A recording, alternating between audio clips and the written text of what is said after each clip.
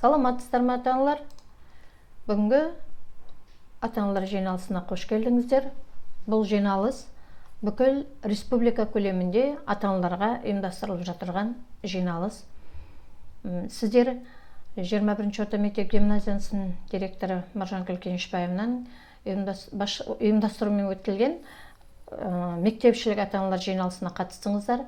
Сондағы айтылған 20-21 оқу жылындағы ерекшеліктермен таныстыңыздар, сұрақ қойдыңыздар, тілектеріңізді білдірдіңіздер. Енді сол жиналыс әрбір сынып ата-аналарымен өтуге жалғасуда.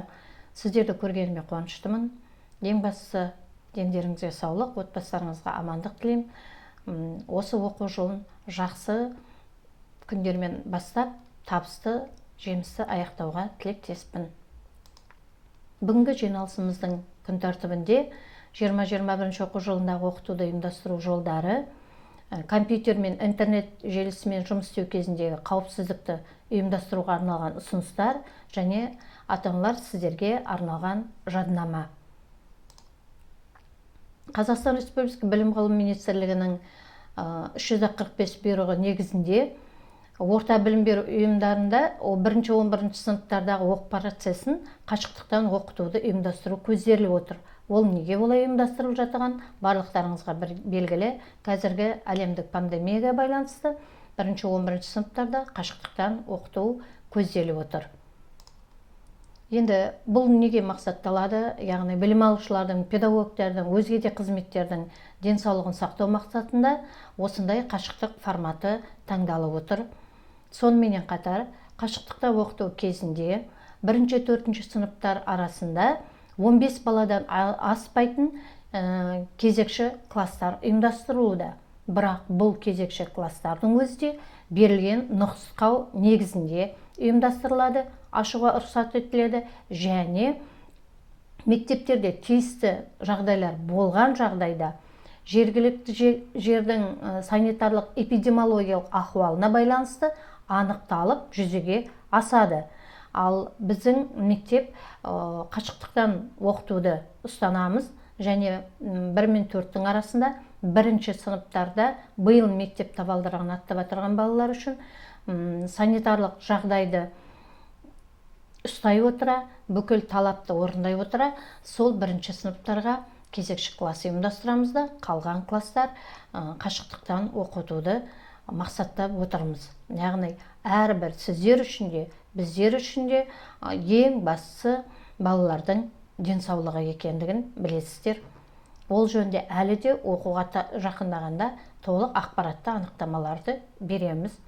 Ал алдағы уақытта қазіргі жағдай тұрақталған жағдайда біртіндеп штаттық оқуға ауыса бастаймыз. Ол 1-ші тоқсанның аяғында бола ма, 1-ші тоқсанның барысында бола ма, оқу жылының қай кезінде штаттық оқытуға көшу ұйымдастырылады, сол кезде штаттық оқуға көше бастаймыз. Ол қазіргі біздің эпидемиологиялық, яғни пандемия жағдайына байланысты болып тұрған өздеріңізде білесіздер. Енді қашықтықтан оқыту кезінде синхронды және асинхронды форматта ұйымдастырылады. Қазір мен сіздерге шағын қысқаша мәлімет берейін. Синхронды оқыту дегеніміз мұғалімнің қазіргі заман мүмкіндіктерін пайдалана отырып, білім алушылармен тікелей байланыста өткізілетін сабақ. Яғни стриминг деп атайды. Яғни балаларды көре отырып, интернет құрылғылары негізінде балалармен тікелей сұрақ жауаптар ала отырып, олардың ұсыныстарына, берілген оқыту барысындағы сұрақтарына жүйелі қарым-қатынас жасай отырып жүзеге асады. Ал асинхронды бұл формат балалардың өз бетінше оқуына және мұғалімнің кері байланысын көздейтін оқу тапсырмаларынан тұрады. Бірақ жалпы оқудың сабақтың барысы 30 минутқа құралса да, 40 минутқа құралса да, мысалға белгілі уақытқа құралады ғой, соның 70-80% осы синхронды оқыту болса, қалған пайызы асинхронды оқыту болып есептеледі. Ал енді осы оқыту барысында қандай форматтар, қандай бағдарламалар қолданады, білім ленд деп жатырмыз, және Zoom бағдарламасы деп жатырмыз. Оны әлде де нақтылап оқу барысында түсіндіре бастаймыз. Бірақ сол бағдарламалардың жақындағанда айтқан кезде сол құрылғыларыңызға бағдарламаның орнатылуында сұраймыз. Әрине ол дәл жақындаған уақытында емес, басталар уақытында емес, сәл оқудың басталуына уақыт қалған кезде айтамыз. Алдын ала ақпараттар беріледі. Енді білім алушылардың үлгерімін жаңағы ғылым министрлігінің 125 бұйрығында сәйкес балалардың білім деңгейлері бағаланады. Яғни үлгерімі бұл бұрынғыдай білесіздер, БЖБ, ТЖБ, бұрын 90-дарда 2 рет БЖБ болатын болса, бұнда бірақ БЖБ қазіргі жағдайға байланысты, сосын ТЖБ 90-на 1 рет. Енді формативті бағалау жүреді. Формативті бағалау дегеніміз не? Бұрын біз оқудың мақсатына жету үшін қалыптастырушы тапсырмаларын бере отырып, біз балалардың сабақ барысындағы мақсатқа қалай жеткендігін анықтау үшін жаңағы тапсырмалар бойынша кері байланыс жіберетін едік. Қазір енді бұл формативті бағалау орташа балл есепке алынады. Ол балдық жүйе 1-ден 10 балға шейін. Сол тапсырмадағы 10 балға құралған тапсырманың 2 балын орындайын ба, ол 3 балын орындайын ба, пайыздыққа шағылып, ол электрондық журналда қорытынды бағасы қойылады. Бұлай айтқанда, сізге түсінікті болу үшін күнделікті алынатын қалыптастырушы бағалауда біз кері байланыс беріп отырсақ, біз енді қазір сол формативті бағалау ретінде оған балдық жүйеде балын журналға түсіреміз. Сосын 90-ның аяқ жағында бүкіл формативті бағалаулардың балы қосыла отырып, оның тек қана 25 бал алынады. 90 бойынша жасалған БЖБ-ның 25 балы, сосын ТЖБ-ның 50 балы алынып, баланың 90-дық қорытынды оқу жетістігі шығады. Енді Білім министрлігінің 18 жылы 47-ші бұйрығының 15-ші тармағы негізінде мынадай сабақтар: музыка, көркем, дене шынықтыру, өзін-өзі тану пәндерінде жиынтық бағалау болмайды. Бұлар жарты жылда есептелгендігі бойынша белгіленеді. Осы биылғы оқу жылының барысында 20-21 оқу жылының басталуы 1 қыркүйек. Бұл 1 қыркүйек білім күні онлайн режимінде өтеді. Оқу жылының ұзақтығы 1-ші сыныптар үшін оқу аптасы болса, біз енді қазір 4-ші класспыз, біздер үшін 2-11-ші сыныптар аралығындағы болғасын 34 аптаны қамтимыз. Оның ішінде каникулдар бар. Қашықтықтан оқытайық, ертең штаттық жүйеге ауысайық, осы каникулдың күндері қалыпты түрде қалады. Күзгі каникул 10 күн, 5-менен 14-ші қарашаның аралығында, қысқы демалыс ол 11 күн, 31 желтоқсан мен 10 қаңтардың арасында, көктемгі күн ол 12, 20 мен 31 наурыздың аралығында. Осы жүйе қалады. Енді сіздер қашықтықтан оқыту екенін білесіздер. Қашықтықта оқу барысында балаларға электрондық құрылғылар қолданды. Компьютерлік ноутбук болама, компьютер болама, планшет болама, балалардың техникалық құрылғыларымен қамтамасыз етесіздер. Ол ата-аналарға міндеттелген. Ал компьютерлік құрылғылары жоқ балалар үшін жаңағыдай компьютермен көмектесіп жатырған мектепте ондай жағдай болды. Бізде ондай төмен санаттағы отбасы жоқ деп ойладық. Енді сіздер компьютерді пайдалану кезінде балаларыңыз сол сіздердің алып берген құрылғыларыңызды қаншалықты білім алуға пайдаланып отыр. Соны бақылау үшін әдейі ата-аналарға арналған бақылау программалары бар. Соны өздеріңіз орнатып алып, балаларыңыздың білім алу кезіндегі әрекетін бақылауға болады. Себебі сабақ үстінде сіздер болмайсыздар. Балалар мүмкін компьютер сөндіріп тастауы мүмкін, басқа бірдеңемен айналысуы мүмкін. Соны сырттай бақылау үшін осы бағдарламаны орнатуларыңыз сұралады. Қашықтықтан оқытудағы ата-аналар үшін жадынама. Бұл әрине ата-ана сіздерге арналады. Яғни неге балаларыңыздың толыққанды білімін алу үшін. Енді қашықтықтан оқытудағы ата-ананың міндеті бала үшін күн режимін жасау, әр кезде де оның қолдаушысы, кеңесшісі бола білу, шыдамдылық, сабырлық таныту. Мысалға, құрылғы бұл сөніп қалып жатса, қосыла алмай қалып жатса, бала қатты толқып абыржымас үшін баланың жанындағы сіз оған үлкен шыдамдылықпен, сабырлықпен қарап, баланы тыныштандыруға шақыру керек. жаңа тәжірибені қабылдау, яғни қандай бағдарламалар ұсынамыз, сол бағдарламаларды мүмкіндігінше орнатып, баланың білім алуына үлкен жағдай жасау, балаға бағыт беруге көмектесу. Жаңа айтып жатыр, құрылғылармен жұмыс істеу барысында балаға бағыт көмек беріп отырасыздар. Сабақтың басталу уақыты хабарланады, бірінші кезек па, екінші кезек па деп.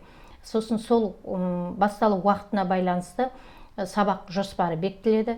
Сабақ кестесінің толық қатысуына балаларға жаңағы берілген жоспар, сабақтың жоспары, кестесі балаларға жақын жерде, қол жетім жерде орналасу керек. Бала уже сабақ кестесіне икемделу керек.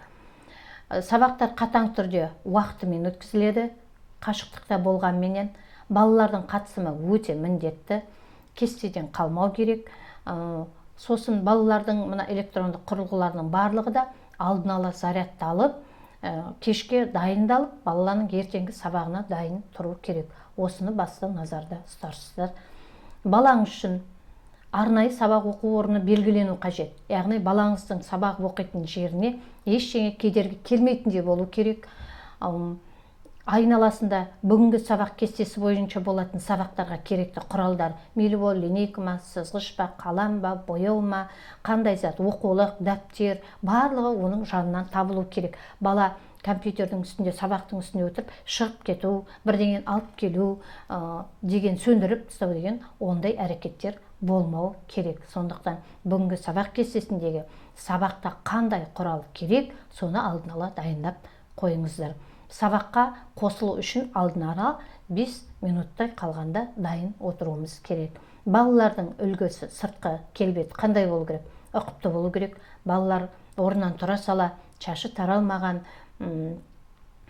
футболкамен, түнгі жатардағы киіммен, бірдеңмен отыра салуға болмайды. Бұл қашықтықтан болса да мұғалімдігін, оқушы қалпын өте сақтау керек. Бала кәдімгі таза киімімен, футболка емес әрине, көйлегімен отыра беруге болады.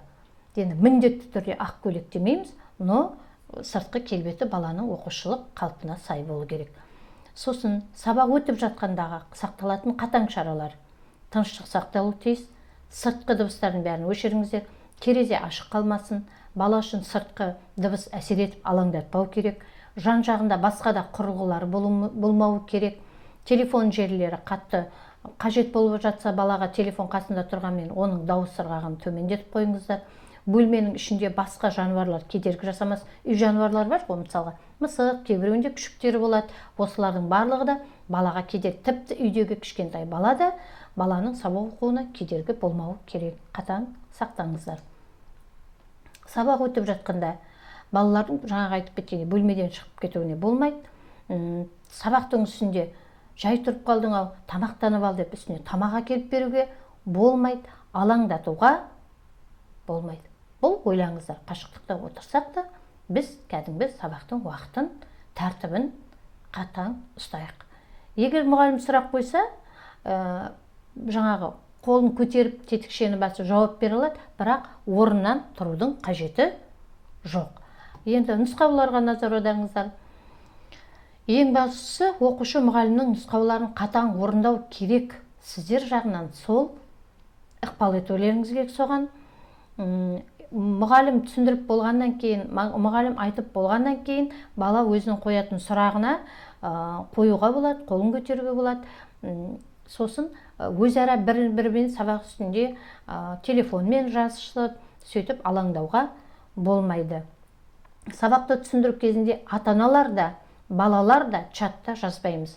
Ондай былтырғы қашықтықтан оқыту кезде бізде болмағанмен, жалпы сондай әрекеттер болды. Сабақ жүріп жатқан кезде мұғалімге жазу, я болмаса оқушының бір-біріне жазуы, осындай жағдайлар қайталанбау керек. Бұл нақты толық білім алу үшін қарастырылған жағдай деп ұғыныңыздар. Ал ата-аналар есіне балаға жауап бергенде жаңа айтып орнынан тұрудың қажеті жоқ. Сосын мына өтіліп отырған сабақтарды, жіберіліп отырған фотосуреттерді, тапсырмаларды бейне таспаға түсіруге, оны әлеуметтік желіге, я болмаса бір жақын таныстарыңызға салуға болмайды. Бұл өзіміздің ішкі дүниеміз екенін ұғыныңыздар. Сосын сабақтың барысында балам не істеп жатсың, я қалай болдың деп жасырын келіп отырып та балаға түсіндіруге болмайды. Себебі өмір бойы сіздер оның қасында жүрмейсіздер ғой. Сондықтан бала түсінсін, түсінбеген менен сұрасын, сабақтан кейін сізден сұрасын. Болған уақытта сабақтан кейін кезде де хабарласса, түсіндіруге, жол көрсетуге мүмкіндік туғызамыз. Сосын бала сабаққа себепсіз қатыспай қалуға болмайды. Міндетті түрде алдын ала хабарлаңыз. Мүмкін ол бала ауырып қалуы мүмкін. Мен тексеріп отырған кезде ол баланың неге қатыспағандығы жөнінде алдын ала ата-ана тарапынан ақпарат болу керек. Енді сіздерден сұрайтынымыз қашықтықтан оқыту. Бала бір үйге келеді, мектепке келеді, дәлізде ойнайды, жүреді, тұрады. Енді бұл не дегенмен үй ғой, бірақ сіздердің тарапыңыздан балаларға танымдық жаттығулар жасау, дұрыс тамақтануын, сабақтың үстінде әлсіреп қалмау үшін, үйде жүр ғой деп тамаққа мән бермей қалмау болмасын, би ұйымдастыру. Сосын бұрын мектепке келетін уақыты бар, кететін уақыты бар. Сол уақыттардың көбіне үйде болуда сәл кішкене аздау, ал енді сол уақыттарды пайдалана отырып, ұтымды әр кезде үйде болғасын кітап оқуды ұйымдастырыңыздар, фильм көріңіздер, балаларды үй шаруасына тартыңыздар. Бостан босқа бос уақыттарын жаңа ойынменен өзінің денсаулығын құртып, көзіне нұсқан келтірмей, жаңа компьютердің үстінде, телефонның үстінде отырғызбай, балаларды керісінше кітап оқуға, өлең жаттауға, сөйтіп үй жұмыстарына тартуларыңызға болады. Оның барлығы да сіздердің тарапыңыздан ықпал ету. Сосын балаңыздың аз уақыт онлайн болуын, көп уақыт өз бетімен жұмыс жасауға. Қашықтықтан оқыту деген сөз баланың ізденіп оқуы. Көбіне жаңағы телефоннан телміріп отырғаннан гөрі өз бетінше берілген тапсырманы ізденіп оқуға дағдыландырыңыздар. Ол баланың болашақта өз бетінше өзінің өмір құруға үлкен септігін тигізеді. Үй тапсырмаларын уақытында орындау керек. Мұғаліммен кері байланса болуын қадағалаңыз. Тапсырма берілгеннен кейін уақытында орындалсын, уақытында жіберілсін. Себебі формативті бағалау болатынын білесіздер күнделікті. Сондықтан балаларға сол жағынан жақсы мәлімет беріңіздер. Әлі оқуға дейін біраз уақыт бар, балаларыңызға осы жөнінде ақпарат беріңіздер. Мен әлі олармен де класс жиналысын өткіземін, өзімде түсінік жұмысын жіберем, ата-аналар тарапынан түсінік жұмысы болатын болсын. Балаларыңыздың берілген тапсырмаларды орындау үшін қосымша әдебиеттермен қамтамасыз етулеріңізге болады. Сосын телеарна сабақтары жүреді. Телеарна, балапан деген, осығанда назар аударыңыздар. Балаларыңыз соны қайтадан қарап, ютубта болады, түсінбеген жағдайларын солардан да қарауға болады. Бұларда қосымша үлкен ақпаратты оқу сабақтары екенін ұмытпайық. Енді мен сіздерге елімізде болып жатқан жағдайларға байланысты барлық жағдайды да түсінушілікпен қарауларыңызды сұраймын. Осы уақытқа шейін сіздер мен біздер түсінген түрде қоян қолтық, ата-ана тарапынан, оқушы тарапынан, мұғалім тарапынан ешқандай ақау болмаған сияқты түсінік жұмыс жасап келдік. Түсінемін. 4-ші класс, соңғы класс, бастауыштың ішкі жан дүниелеріңізде толқу болуы мүмкін. Соңғы класс, білім қалай болады деген, әрине бұл ұзақ дүние болады деп ойламаймын. Мүмкін штаттық режимге ауысарымыз, сол кезде жетіспегенімізді жетістіреміз, толықпағанымызды толықтырамыз, түсінбегенімізді түсінуге тырысамыз. Қазіргі жағдайда да ең басты құндылық денсаулық екенін ұмытпаңыздар. Сондықтан түсінушілікпен үйден шықпай білім алуда бәріміз бірге қолдайық. Ең басты сіздерге денсаулық тілеймін. Біздің биылғы оқу жылында 32 баламен бастағалы тұрмыз. Қосымша ақпарат берейін. Былтыр біз 34 баламен аяқтасақ, бір баламыз Алматыға қоныс аударуына байланысты, екінші баламызды тағы бір басқа жерге қоныс аударуына байланысты. 2 бала класстан кетті. Оның біреуі Қуанбаева Сымбат, екіншісі Ғаниұлы Мақсұм. Біз енді қазір 32 оқушы қалып отырмыз. Сондықтан оқу кезінде сіздердің тараптарыңыздан, бала тарапынан, менің тарапынан үлкен түсінушілікпен қарасақ, жақсы нәтижеге қол жетеміз деп ойлаймын. Менің жасаған жиналысымның барысында өздеріңіздің айтатын ойларыңыз, ұсыныстарыңыз болса, комментарийға жазыңыздар, сұрақтарыңызды қойыңыздар. Мен бар мүмкіншіліктермен сіздерге жауап беруге тырысамын. Назар қойып тыңдағандарыңызға, уақыттарыңызды бөлгендеріңізге, бала үшін үлкен жұмыс жасауға ниеттенгендеріңіз үшін үлкен рахмет айтамын.